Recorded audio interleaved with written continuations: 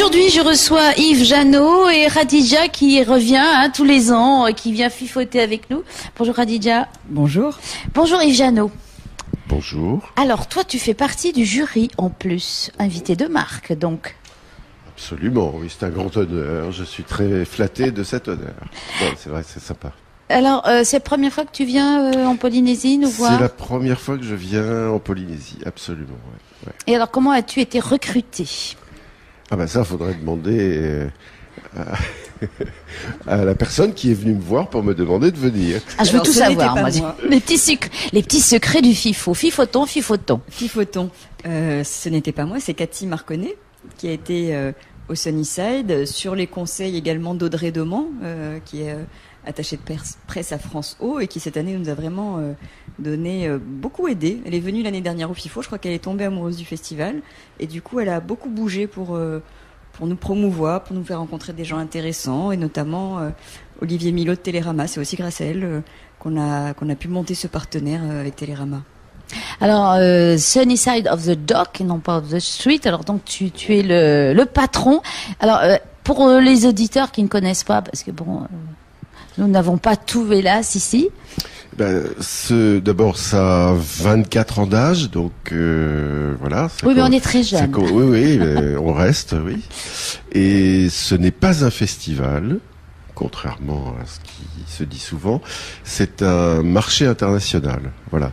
Donc c'est un lieu. Alors c'est un lieu où j'ai réuni tous les professionnels et du monde entier. L'an dernier, j'avais 63 pays représentés, donc qui couvrent les 5 continents. Voilà, donc les gens qui font les films, les gens qui les distribuent et les gens qui les diffusent. Donc c'est un marché où les films finis vont pouvoir se vendre et se faire voir, au sens premier du terme. On va rester correct. Et où les projets se montent. Ah oui, donc il y a tout, c'est une chaîne du début à la fin, quoi, en fait. C'est-à-dire que si je viens à Sunnyside avec un projet, je vais chercher mes partenaires, je vais chercher mes diffuseurs, éventuellement mes coproducteurs, et je vais, faire ce qu'on appelle le plan de financement. Je vais voilà, pour des documentaires, toujours. Uniquement pour du documentaire, oui. Voilà. Et ça marche. Et ben oui, bien, parce que qu'est-ce qui est primé après? Il y a des petits documentaires qui sont primés. Non, parce que ceux qui ont été impulsés. Alors, il y a une sélection parmi tous ces projets qui viennent à Sunnyside. J'en sélectionne un certain nombre, une trentaine, qui sont eux présentés en séance plénière devant les 300 décideurs que je fais venir et qui évidemment étant présentés de cette manière-là ont plus de chances de trouver chaussures à leurs pieds. Voilà. Et ça se passe où et quand? À La Rochelle, du 25 au 28 juin cette année, et donc depuis 24 ans, voilà. Et par ailleurs, j'organise aussi en Asie un événement qui s'appelle l'Asian Side of the Dock, et en Amérique latine le LSD, Latin Side of the Dock. Bah voyons. Ça fait planer tout ça. Voilà, et qui sont un peu des équivalents, mais à échelle plus régionale, comme disent les Anglo-Saxons. Donc des rencontres entre les Latinos et les Européens, entre les Asiatiques et le reste du monde. Donc de manière à aider à développer ces nouveaux marchés que sont l'Amérique latine et l'Asie. Et eux découvrent le documentaire? Pour l'Asie, oui, c'est une découverte relativement récente. Et ils vont très très très vite. Oui, parce que le documentaire, ça fait réfléchir. Et oui, c'est embêtant. Que c'est pas un peu, C'est ennuyeux. Mais ça correspond aussi à des besoins éducatifs. Et quand je dis éducatif, c'est pas scolaire, c'est au sens vraiment large du terme. Donc ça correspond à des besoins éducatifs dont ces pays-là ont besoin. Qu'est-ce qu'ils demandent plutôt comme style des thèmes? Non, très ouverts. Ce dont ils ont besoin, ce sont des films qui justement vont contribuer à ouvrir les yeux et les esprits de leur population sur le monde. C'est un des effets peut-être pas prévus de la globalisation économique, que ça provoque aussi l'apparition de classes moyennes, l'apparition d'outils même s'ils sont dans certains pays interdits, le cracking c'est pas pour les chiens, donc les jeunes savent regarder ce qu'ils n'ont pas le droit de regarder, et donc ça génère... Tout le monde a regardé par le trou de la serrure. Et avant. Alors, ils regardent par les trous d'Internet. Voilà, heureusement que ça existe. Et donc, il y a une forte appétence, on va dire, une forte demande. Et que même les régimes les plus... allez, autoritaires, on va le dire, ou censurés. Contrôleurs. Oui, allez. Sont obligés de s'adapter à ça et donc de laisser passer. Alors, au début, ils laissent passer des documentaires animaliers. Oui, ça mange pas de pain. Enfin, encore que. Oui. Et puis ça s'étend un petit peu à des documentaires de découverte culturelle. Et puis après, ça va s'étendre à des... La science, allez-y. La science, allez-y. Bon, c'est pareil. Si on fait des documentaires scientifiques, on commence à toucher à des choses qui vont révolutionner. Pas si innocentes que ça. Mais... Voilà. Ça coince encore un petit peu sur l'histoire, mais bon, il y a des tabous en Asie auxquels on peut pas, voilà, ça c'est pas possible. C'est tout ce qui concerne l'homosexualité, la nudité, la sexualité en général.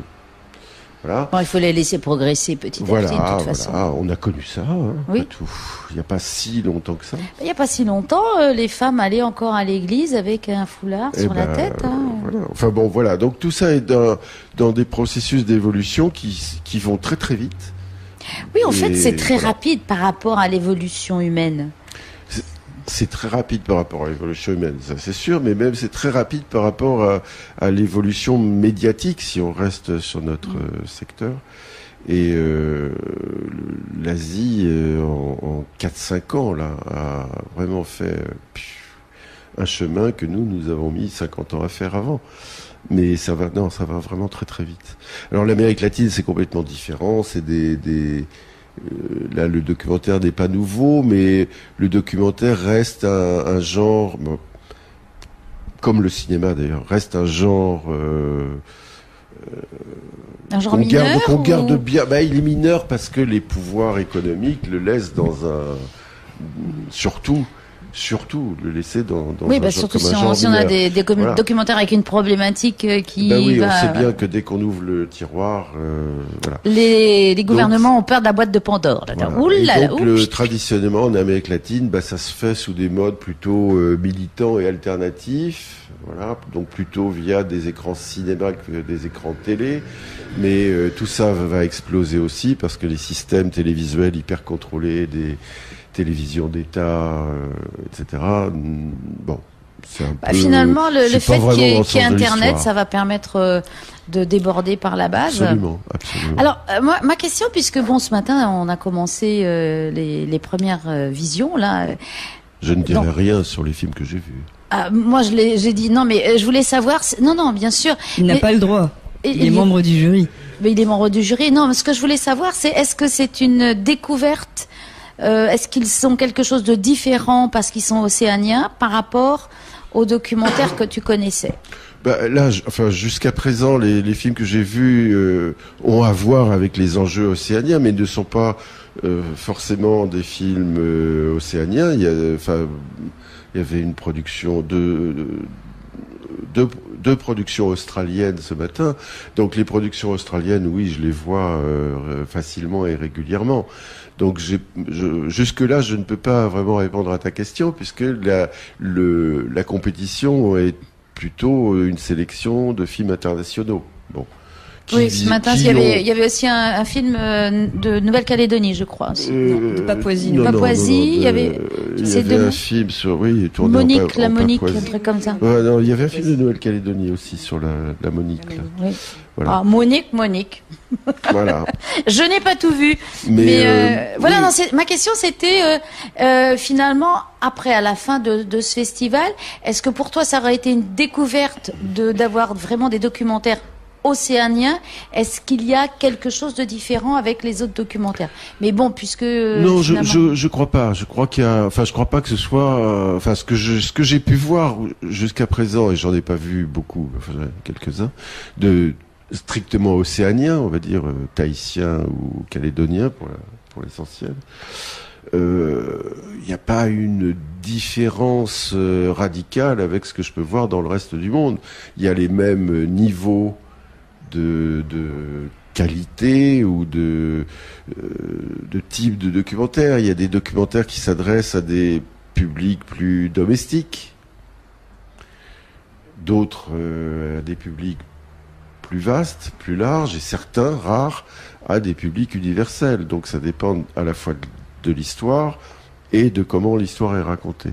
Bon, c'est vrai que jusqu'à présent, j'ai plutôt vu des films locaux, on va dire, océaniens, et à l'exception de ces films australiens qui, eux, sont beaucoup plus, d'un point de vue beaucoup plus global, enfin certains d'ailleurs, c'est pas le cas de tous, j'ai pour l'instant plutôt vu des films qui s'adressent à un public qui connaît par exemple qui connaît la Nouvelle-Calédonie ou qui connaît Tahiti et qui peut, parce qu'il y vit ou parce qu'il connaît ces îles, entendre ce que racontent ces films. Et que pour un public qui n'a jamais mis les pieds en Océanie... Voilà, ça va moins parler. Ben oui, mais ça, c'est vrai dans le monde entier. Alors, question, un bon documentaire, est-ce qu'il doit s'adresser... Ah, ben ça, c'est la question qui tue, mais non, il s'en occupe, donc il doit répondre. Un bon documentaire, est-ce qu'il doit s'adresser à un public universel, ou alors est-ce qu'il doit toucher... Il faut qu'il soit cohérent, c'est-à-dire que je peux très bien produire un film pour un public de niche, pour un public local, pour un public domestique, parce que cette histoire que je veux raconter n'a de sens que pour le public local. Donc je vais produire un film qui s'adresse à 60 000 ou 600 000 spectateurs potentiels. Oui, alors ça c'est local. Oui, non, on serait content d'en avoir autant. Non, mais ça c'est oui. Voilà. Ou je vais faire un film qui est fait pour le marché international, donc qui doit s'adresser aussi bien à un Japonais qu'à un Sud-Africain, un Canadien et un Tahitien. C'est une autre paire de manches. Oui, voilà. ça doit être beaucoup plus compliqué. Mais l'un n'empêche pas l'autre. On ne peut pas... D'abord, le nombre de documentaires qui se font avec cette ampleur globale sont très rares. Donc, alors que des films qui sont faits pour des publics domestiques sont fort nombreux. En France, c'est plus de 90% de la production française qui ne sort pas des frontières. Parce que ce sont des sujets domestiques. Voilà. Alors, on peut se poser la question, quand on a une production peu nombreuse, qui est votre cas ici, par exemple, bon, il est logique que sur une production peu nombreuse, avec un public domestique qui est peu nombreux également, des chaînes de télévision peu nombreuses, on voit bien que la production ne peut pas être tout d'un coup... universel, voilà. Destination de public. Et c'est très bien. C'est pas tout à fait le cas en France où là, à mon avis, il y a une petite erreur d'orientation. Khadija, tu voulais rajouter quelque chose ? Je voulais dire que on sent l'évolution aussi ici de la production. Et pour revenir sur ce que disait Yves tout à l'heure, au niveau du FIFO et de sa programmation, des films que l'on reçoit, on voit aussi qu'on commence à parler plus des choses qui fâchent. Je parle des choses on a toujours parlé des choses qui fâchaient en Australie, en Nouvelle-Zélande, à Tahiti, des films C'est l'omerta. C'est pas l'omerta, mais des films de production française. En tous les cas, on parlait pas beaucoup. Par exemple, je me souviens d'un film qui avait marqué le public qui s'appelait Bombing Paradise.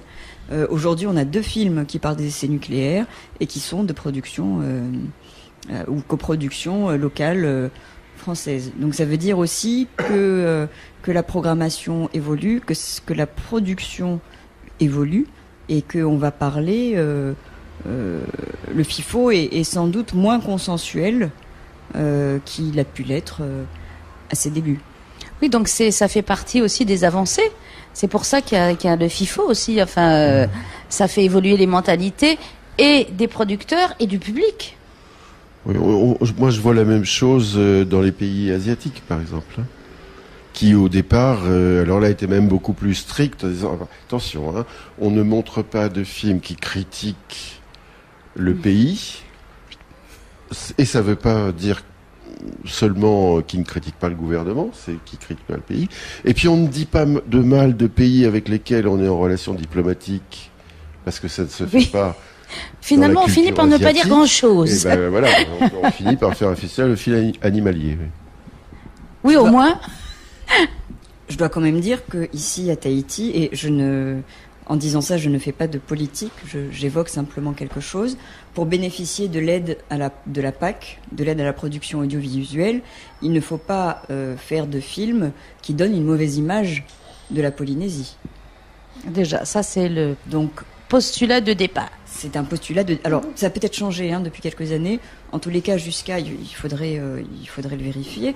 Mais jusqu'à il y a pas longtemps, voilà. Si on voulait bénéficier de l'aide à la production, donc en espèces sonnantes et trébuchantes, il ne fallait pas présenter de films qui puissent dévaloriser ou donner une mauvaise image de la Polynésie. Voilà. Écoute, on va espérer que ça va évoluer. Puis je vais donner le micro. Enfin, je vais lui laisser pour la conclusion. Est-ce que ça va être difficile de juger? C'est la question qui tue, là. On va pas se mettre à se plaindre. No complaint, comme on dit en anglais, c'est quand même un grand privilège et un grand plaisir d'être jury, de voir 15 films, je crois que c'est ça, de voir 15 films et de dire lequel je préfère, c'est quand même... Oui, il y a pire comme situation. Il y a pire, c'est pas la mine, quand même. Alors ça va être rigolo, parce que comme on est 11 dans le jury, on va pas être d'accord, on va s'engueuler, je vois déjà avec qui je vais m'engueuler. Des noms dommage. Mais ça c'est plutôt sympa, c'est plutôt voilà. Donc non, je le prends comme un moment privilégié, parce que c'est vrai que je voyage beaucoup, je travaille beaucoup, et j'ai finalement peu le temps de prendre le temps de voir des films tranquillement. Voilà. Ou alors c'est à des heures pas très catholiques. Eh bien, écoute, et surtout que le pape s'en va. Donc là, le fait d'être dans un fauteuil, dans une salle de cinéma, avec des gens qui m'amènent, qui me ramènent, qui m'amènent visiter des radios fort sympathiques et tout, c'est vraiment un grand bonheur. Donc il y a pas de. Je prends ça avec beaucoup pas de pathos. Non. Eh bien, écoute, merci. Je recevais Yves Jeannot, Khadija. Merci. En tout cas, reviens souvent nous voir et à très bientôt. Voilà. Un petit mot de. Oui, vas-y. Non, mais il est comme tout le monde. Coupé. Non, mais juste, voilà. Non, juste, donc, Sunnyside, j'ai expliqué en 2 mots ce que c'était, et j'espère y accueillir cette année une délégation de producteurs tahitiens et néo-calédoniens qui sont en train de s'organiser pour venir ensemble. C'est un scoop. Et également, et je l'espère aussi, de permettre aux films, et en particulier aux films qui vont être primés au FIFO, d'avoir une plateforme de diffusion internationale à La Rochelle. Et voilà, on va essayer de mettre tout ça en musique. Eh bien, merci Yves, c'est une excellente nouvelle. Merci de nous avoir réservé le scoop. C'est la première fois que nous en parlons. Un scoop mondial.